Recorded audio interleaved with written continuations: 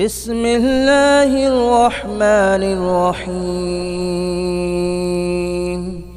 ياسين والقرآن الحكيم إنك لمن المرسلين على صراط مستقيم تنزيل العزيز الرحيم لتنذر قوما ما أنذر آباؤهم فهم غافلون لقد حق القول على أكثرهم فهم لا يؤمنون إنا جعلنا في أعناقهم أغلالا فهي إلى الأذقان فهم مقمحون وجعلنا من بين أيديهم سدا ومن خلفهم سدا فأغشيناهم فهم لا يبصرون وسواء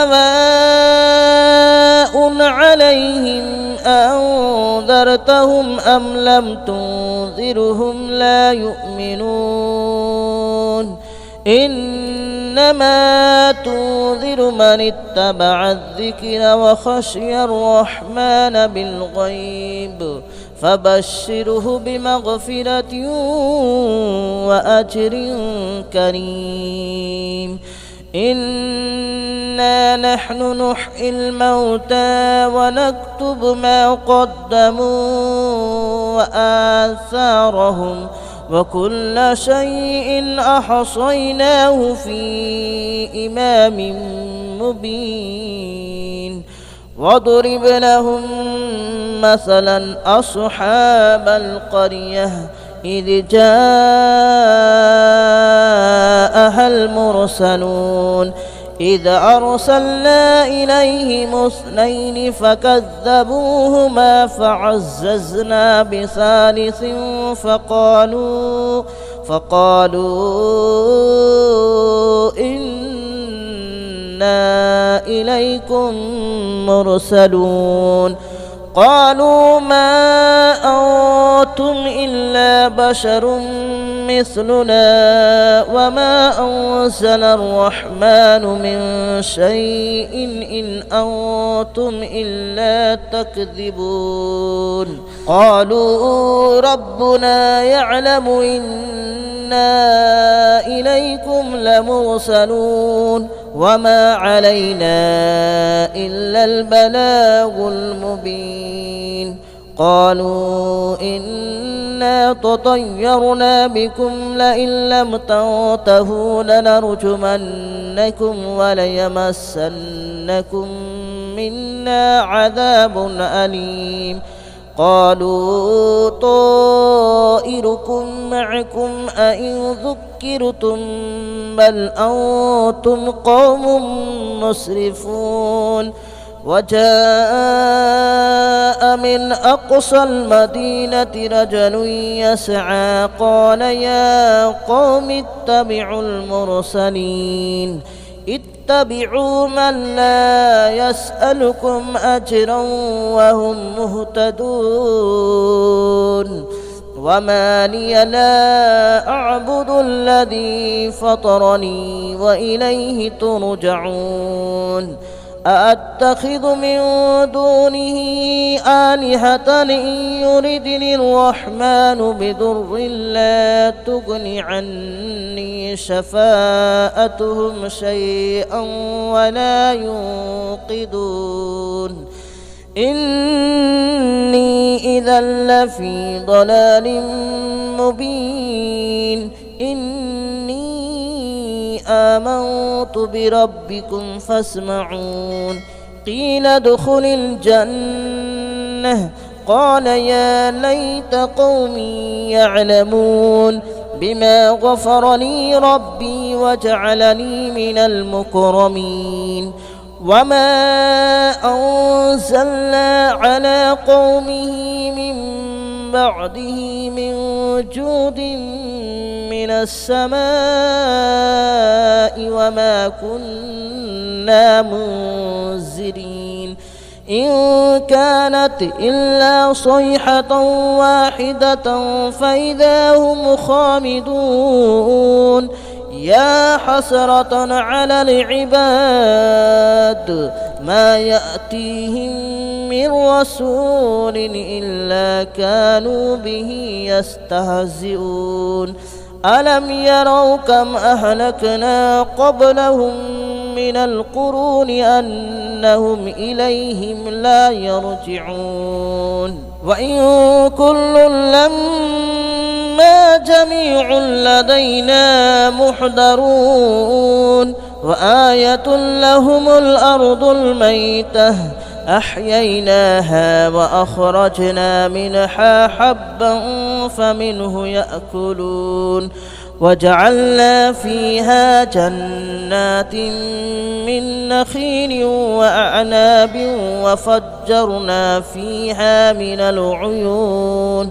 ليأكلوا من ثمره وما عملته أيديهم أفلا يشكرون سبحان الذي خلق الأزواج كلها مما تنبت الأرض ومن أنفسهم ومما لا يعلمون وآية لهم الليل نسلخ منه النهار فإذا هم مظلمون والشمس تجري لمستقر لها ذلك تقدير العزيز العليم والقمر قدرناه منازل حتى عاد كالعرجون القديم لا الشمس ينبغي لها أن تدرك القمر ولا الليل سابق النهار وكل في فلك يسبحون وآية لهم ألا حملنا ذريتهم في الفلك المشحون وخلقنا لهم من مثله ما يركبون وإن نشأ نغرقهم فلا صريخ لهم ولا هم ينقذون إلا رحمة منا ومتاعا إلى حين وإذا قيل لهم اتقوا ما بين أيديكم وما خلفكم لعلكم ترحمون وما تأتيهم من آية من آيات ربهم إلا كانوا عنها معرضين وإذا قيل لهم أنفقوا مما رزقكم الله قال الذين كفروا للذين آمنوا أنطعم من لو يشاء الله أطعمه إن أنتم إلا في ضلال مبين ويقولون متى هذا الوعد إن كنتم صادقين ما ينظرون إلا صيحة واحدة تأخذهم وهم يخصمون فلا يستطيعون توصية ولا إلى أهلهم يرجعون ونفخ في الصور فإذا هم من الأجداث إلى ربهم ينسلون قالوا يا ويلنا من بعثنا من مرقدنا هذا ما وعد الرحمن وصدق المرسلون إن كانت إلا صيحة واحدة فإذا هم جميع لدينا محضرون فاليوم لا تظلم نفس شيئا ولا تجزون إلا ما كنتم تعملون إن أصحاب الجنة اليوم في شغل فاكهون هم وأزواجهم في ظلال على الأرائك متكئون لهم فيها فاكهة ولهم ما يدعون سلام قولا من رب رحيم وامتازوا اليوم أيها المجرمون ألم أعهد إليكم يا بني آدم ألا تعبدوا الشيطان ألم أعهد إليكم يا بني آدم ألا تعبدوا الشيطان إنه لكم عدو مبين وأن اعبدوني هذا صراط مستقيم ولقد أضل منكم جبلا كثيرا أفلم تكونوا تعقلون هذه جهنم التي كنتم توعدون اصلوها اليوم بما كنتم تكفرون اليوم نختم على أفواههم وتكلمنا أيديهم وتشهد أرجلهم بما كانوا يكسبون ولو نشاء لطمسنا على أعينهم فاستبقوا الصراط فأنى يبصرون ولو نشاء لمسخناهم على مكانتهم فما استطاعوا مضيا ولا يرجعون ومن نعمره ننكسه في الخلق أفلا يعقلون وما علمناه الشعر وما ينبغي له إن هو إلا ذكر وقرآن مبين لينذر من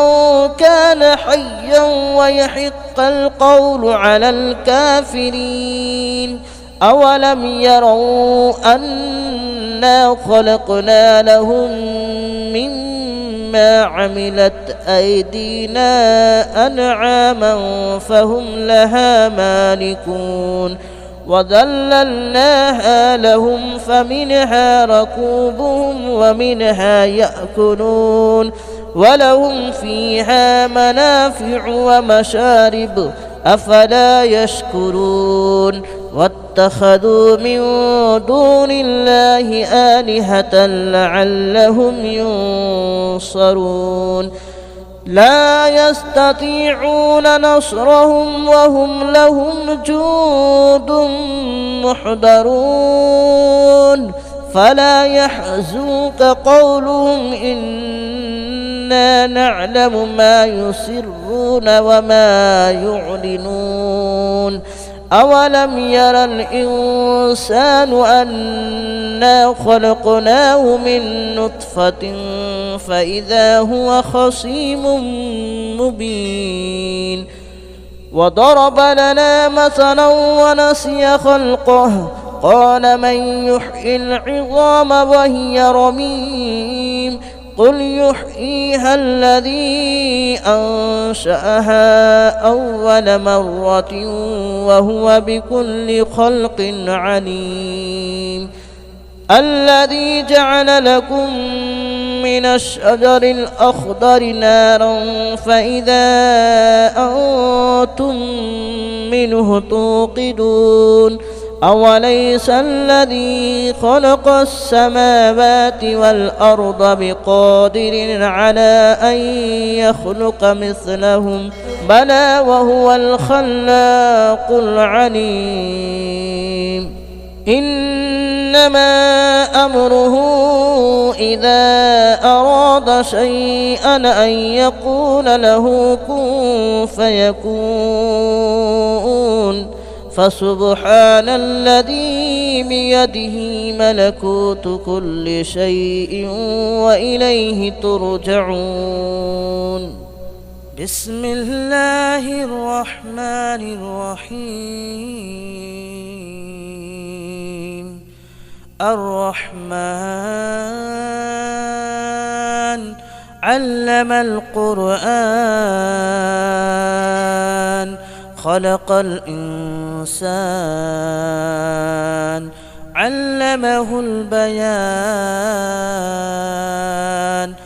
الشمس والقمر بحسبان والنجم والشجر يسجدان. والسماء رفعها ووضع الميزان ألا تطغوا في الميزان وأقيموا الوزن بالقسط ولا تخسروا الميزان. والأرض وضعها للأنام فيها فاكهة والنخل ذات الأكمام والحب ذو العصف والريحان. فبأي آلاء ربكما تكذبان.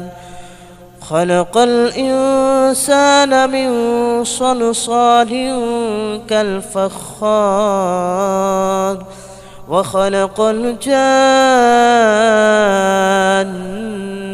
من مارج من نار. فبأي آلاء ربكما تكذبان.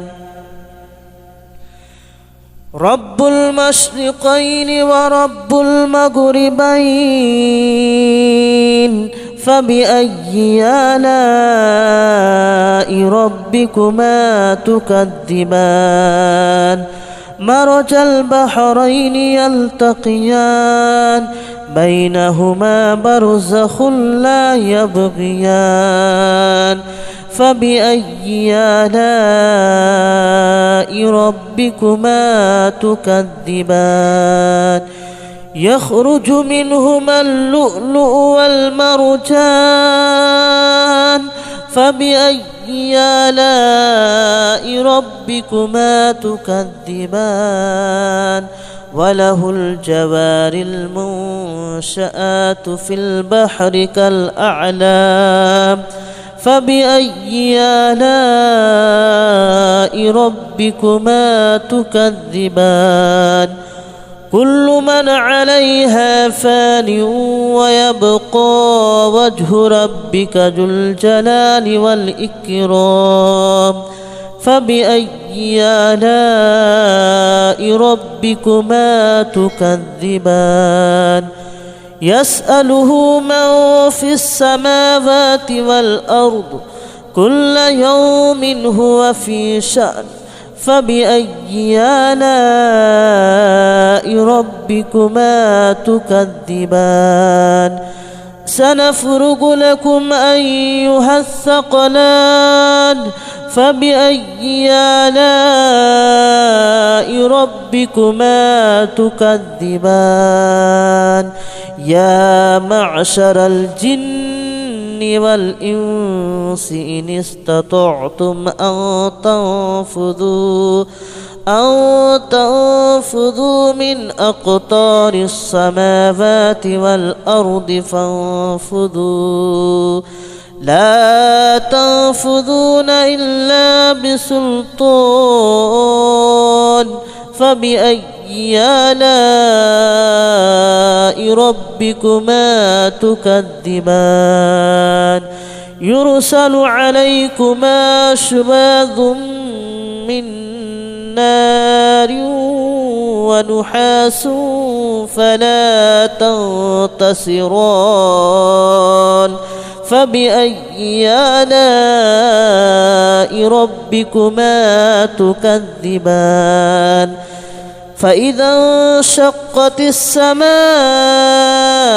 فكانت وردة كالدهان فبأي آلاء ربكما تكذبان فيومئذ لا يسأل عن ذنبه إنس ولا جان فبأي آلاء ربكما تكذبان يعرف المجرمون بسيماهم فيؤخذ بالنواصي والأقدام فبأي آلاء ربكما تكذبان هذه جهنم التي يكذب بها المجرمون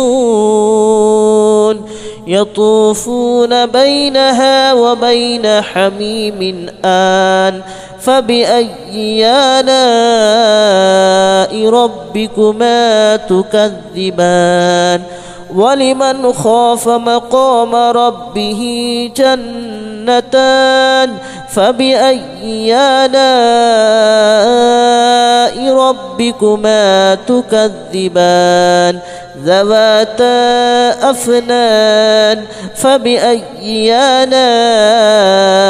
ربكما تكذبان فيهما عينان تجريان فبأي آلاء ربكما تكذبان فيهما من كل فاكهة زوجان فبأي آلاء ربكما تكذبان متكئين على فرش بطائنها من استبرق وجنى الجنتين دان فبأي آلاء ربكما تكذبان فيهن قاصرات الطرف لم يطمثهن إنس قبلهم ولا جان فبأي آلاء ربكما تكذبان كأنهن الياقوت والمرجان فبأي آلاء ربكما تكذبان هل جزاء الإحسان إلا الإحسان فبأي آلاء ربكما تكذبان ومن دونهما جنتان فبأي آلاء ربكما تكذبان مدهامتان فبأي آلاء ربكما تكذبان فيهما عينان نضاختان فبأي آلاء ربكما تكذبان فيهما فاكهة ونخل ورمان فبأي آلاء ربكما تكذبان فيهن خيرات حسان فبأي آلاء ربكما تكذبان حور مقصورات في الخيام فبأي آلاء ربكما تكذبان لم يطمثهن إنس قبلهم ولا جان فبأي آلاء ربكما تكذبان متكئين على رفرف خضر وأبقري حسان فبأي آلاء ربكما تكذبان تبارك اسم ربك ذي الجلال والإكرام بسم الله الرحمن الرحيم إذا وقعت الواقعة ليس لوقعتها كاذبة خافضة رافعة إذا رجت الأرض رجا وبست الجبال بسا فكانت هباء منبثا وكنتم أزواجا ثلاثة فأصحاب الميمنة ما أصحاب الميمنة وأصحاب المشأمة ما أصحاب المشأمة والسابقون السابقون أولئك المقربون في جنات النعيم ثلة من الأولين وقليل من الآخرين على سرر موضونة متكئين عليها متقابلين يطوف عليهم ولدان مخلدون بأكواب وأباريق وكأس من معين لا يصدعون عنها ولا ينزفون وفاكهة مما يتخيرون ولحم طير مما يشتهون وحور عين كأمثال اللؤلؤ المكنون جزاء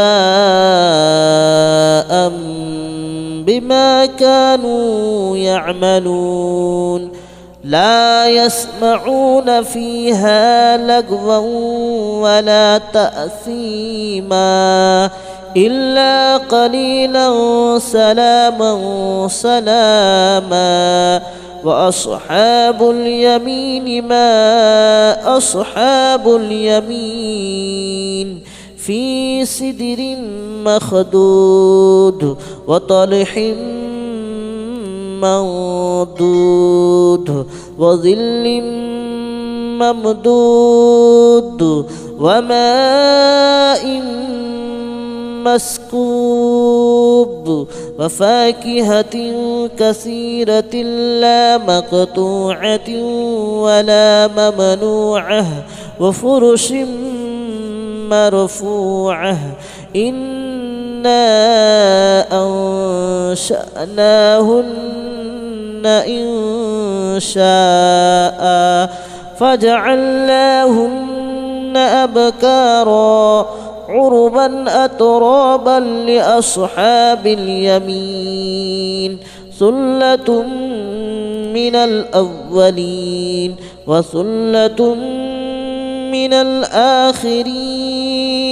وأصحاب الشمال ما أصحاب الشمال في سموم وحميم وظل من يحموم لا بارد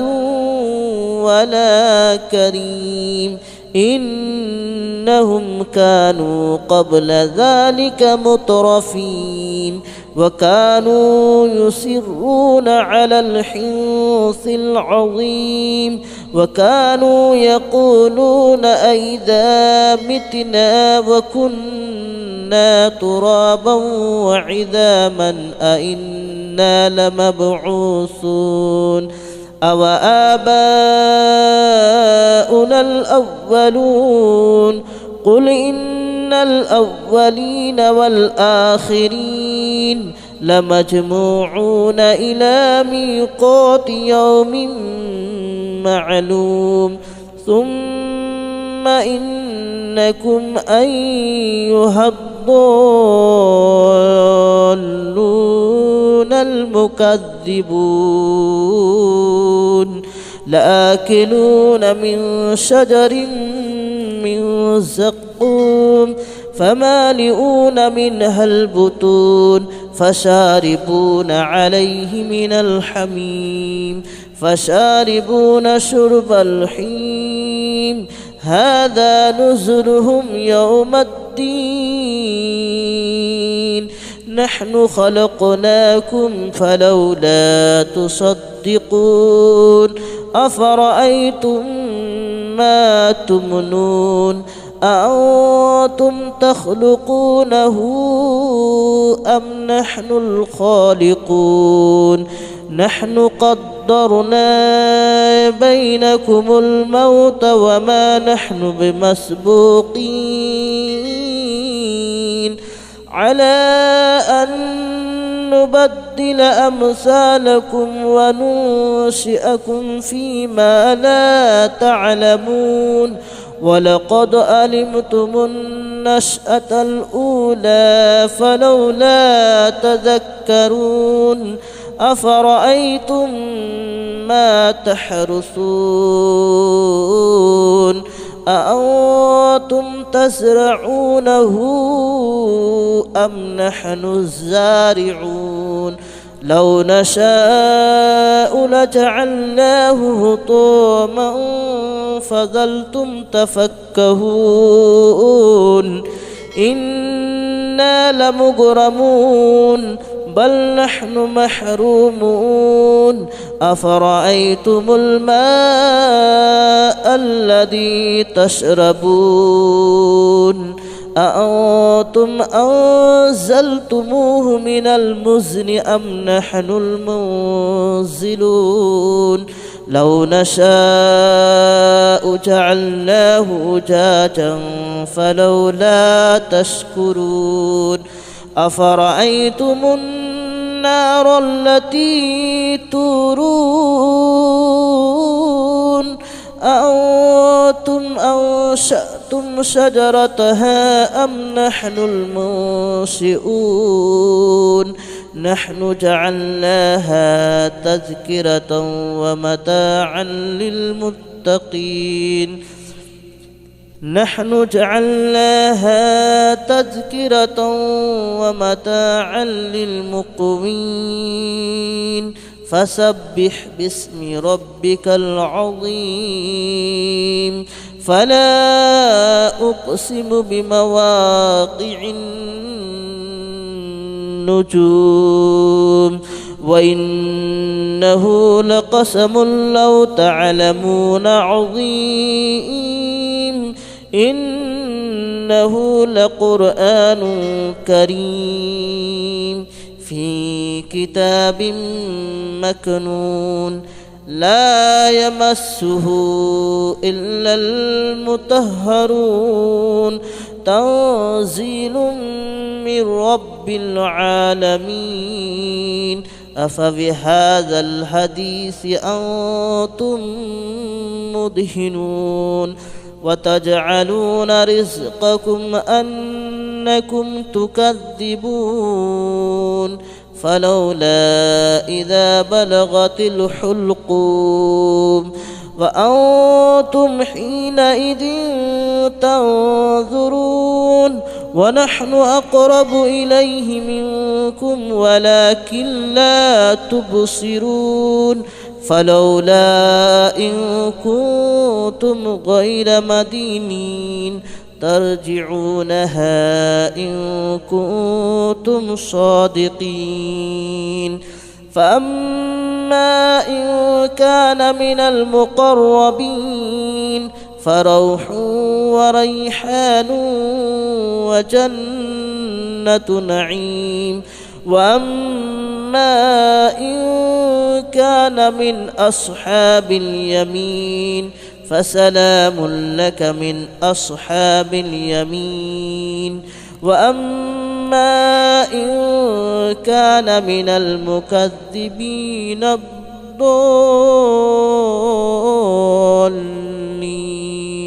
فنزل من حميم وتصلية جحيم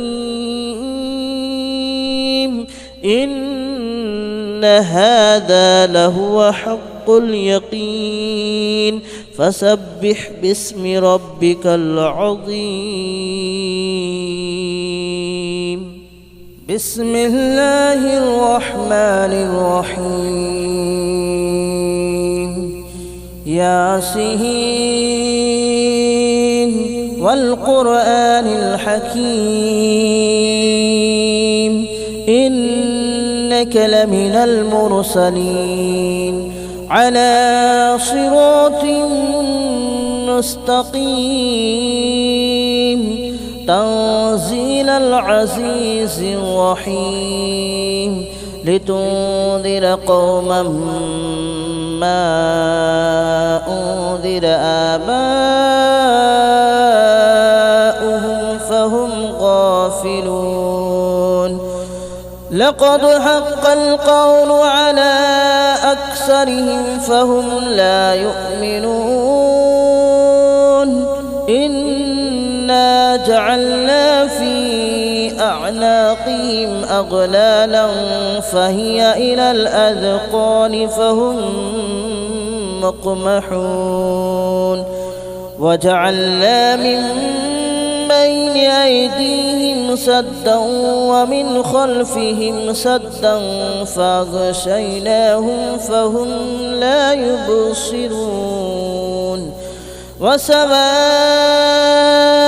عليهم أنذرتهم أم لم تنذرهم لا يؤمنون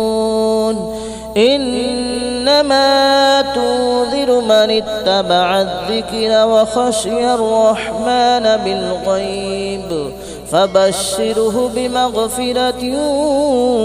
وأجر كريم إنا نحن نحيي الموتى ونكتب ما قدموا وآثارهم وكل شيء أحصيناه في إمام مبين واضرب لهم مثلا أصحاب القرية إذ جاءها المرسلون إذ أرسلنا إليهم اثنين فكذبوهما فعززنا بثالث فقالوا إنا إليكم مرسلون قالوا ما أنتم إلا بشر مثلنا وما أنزل الرحمن من شيء إن أنتم إلا تكذبون قالوا ربنا يعلم إنا إليكم لمرسلون وما علينا إلا البلاغ المبين قالوا إنا تطيرنا بكم لئن لم تنتهوا لنرجمنكم وليمسنكم منا عذاب أليم قالوا طائركم معكم أئن ذكرتم بل أنتم قوم مسرفون وجاء من أقصى المدينة رجل يسعى قال يا قوم اتبعوا المرسلين اتبعوا من لا يسألكم أجرا وهم مهتدون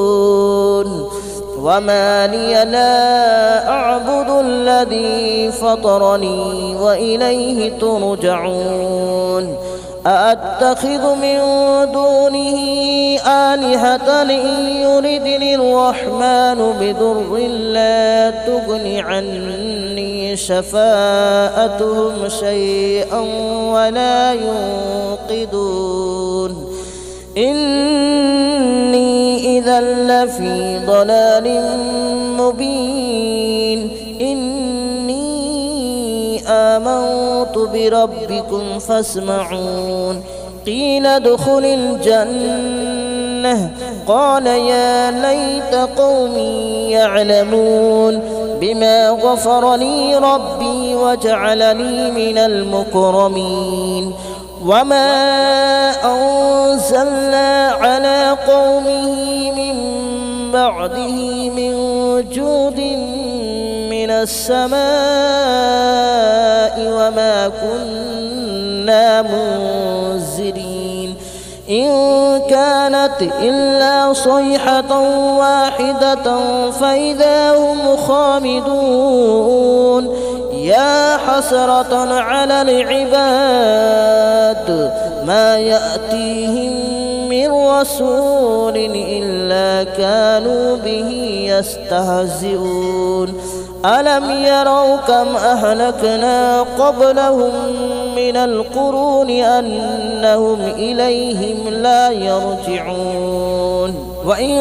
كل لما جميع لدينا محضرون وآية لهم الأرض الميتة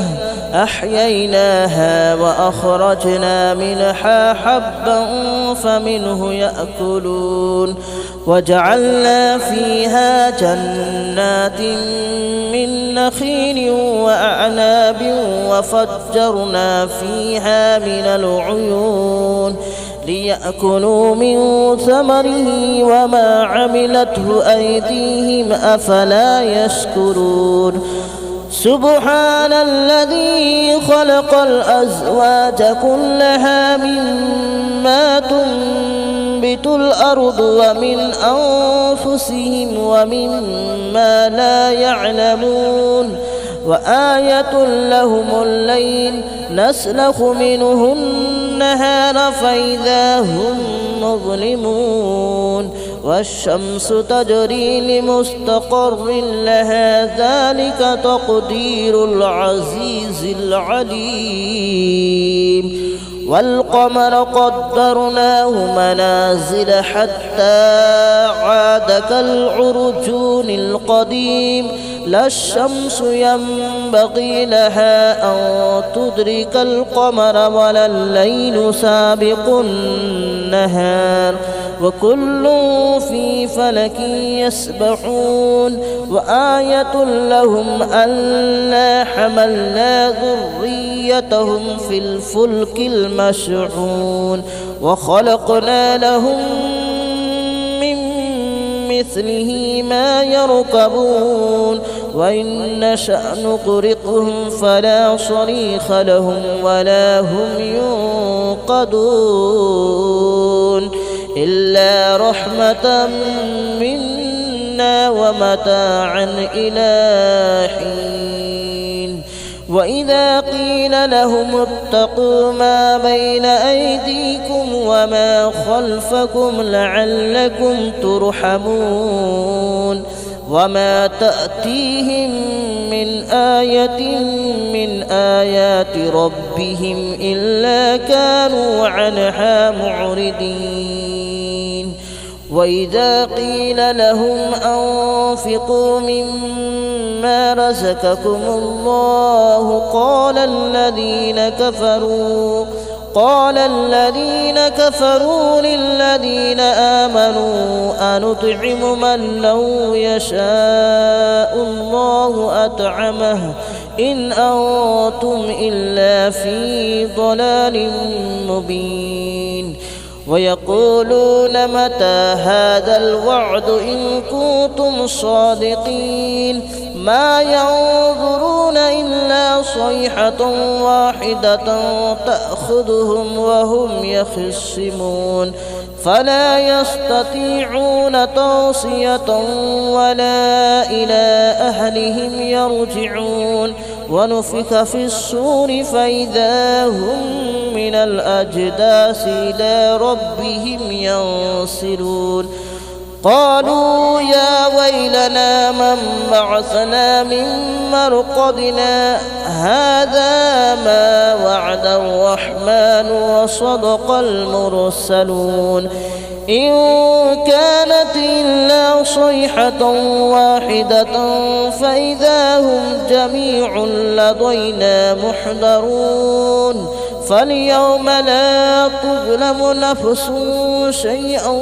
ولا تجزون إلا ما كنتم تعملون إن أصحاب الجنة اليوم في شغل فاكهون هم وأزواجهم في ظلال على الأرائك متكئون لهم فيها فاكهة ولهم ما يدعون سلام قولا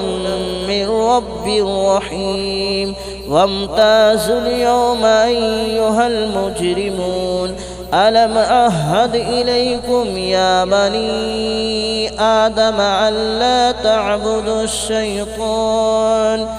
ألم أعهد إليكم يا بني آدم ألا تعبدوا الشيطان إنه لكم عدو مبين وأن اعبدوني هذا صراط مستقيم ولقد أضل منكم جبلا كثيرا أفلم تكونوا تعقلون هذه جهنم التي كنتم توعدون اصلوها اليوم بما كنتم تكفرون اليوم نختم على أفواههم وتكلمنا أيديهم وتشهد أرجلهم بما كانوا يكسبون ولو نشاء لطمسنا على أعينهم فاستبقوا الصراط فأنى يبصرون ولو نشاء لمسخناهم على مكانتهم فما استطاعوا مضيا ولا يرجعون ومن نعمره ننكسه في الخلق أفلا يعقلون وما علمناه الشعر وما ينبغي له إن هو إلا ذكر وقرآن مبين لينذر من كان حيا ويحق القول على الكافرين أولم يروا أنا خلقنا لهم مما عملت أيدينا أنعاما فهم لها مالكون وذللناها لهم فمنها ركوبهم ومنها يأكلون ولهم فيها منافع ومشارب أفلا يشكرون واتخذوا من دون الله آلهة لعلهم ينصرون لا يستطيعون نصرهم وهم لهم جند محضرون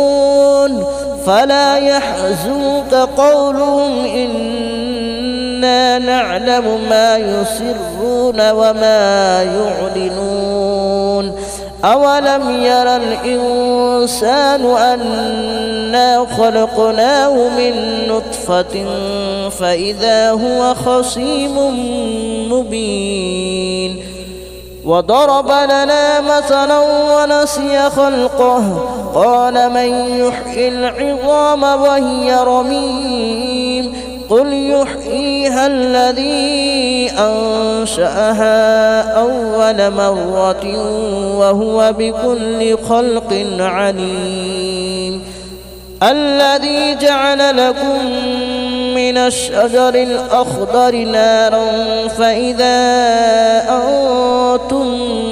منه توقدون أوليس الذي خلق السماوات والأرض بقادر على أن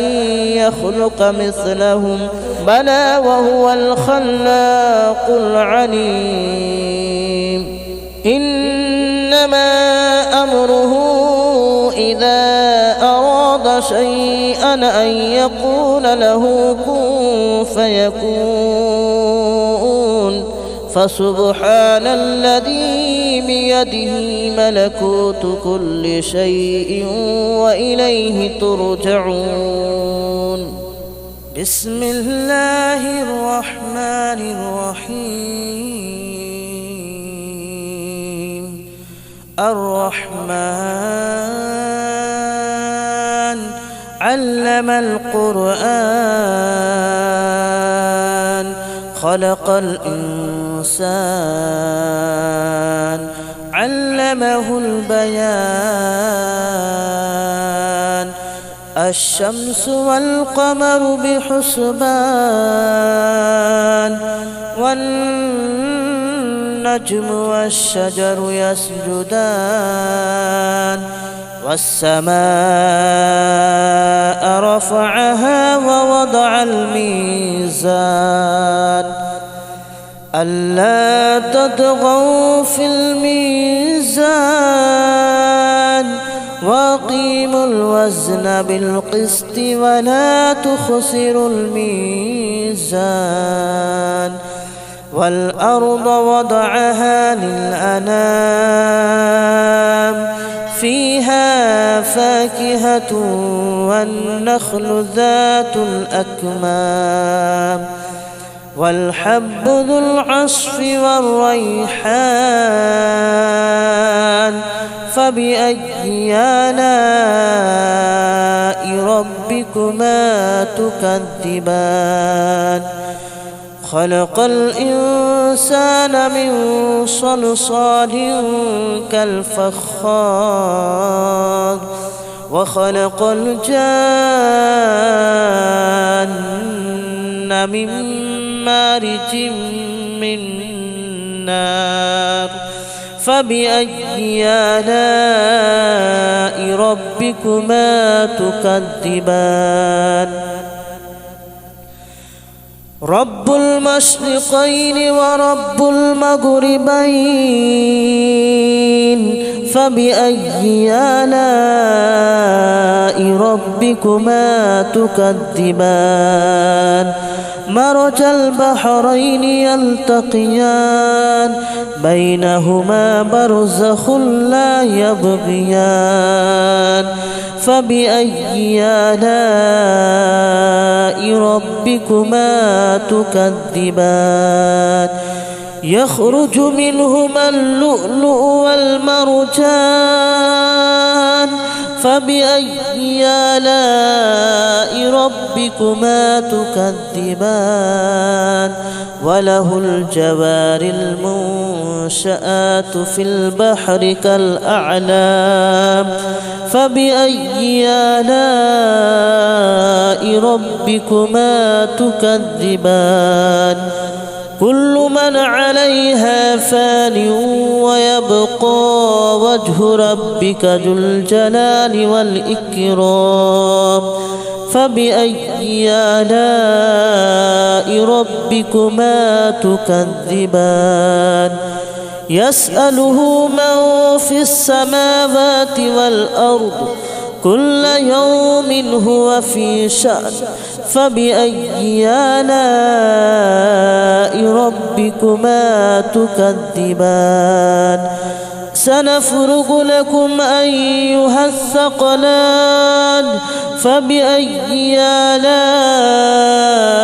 ربكما تكذبان يا معشر الجن والإنس إن استطعتم أن تنفذوا من أقطار السماوات والأرض فانفذوا لا تنفذون إلا بسلطان فبأي آلاء ربكما تكذبان يرسل عليكما شواظ من نار ونحاس فلا تنتصران فبأي آلاء ربكما تكذبان فإذا انشقت السماء فكانت وردة كالدهان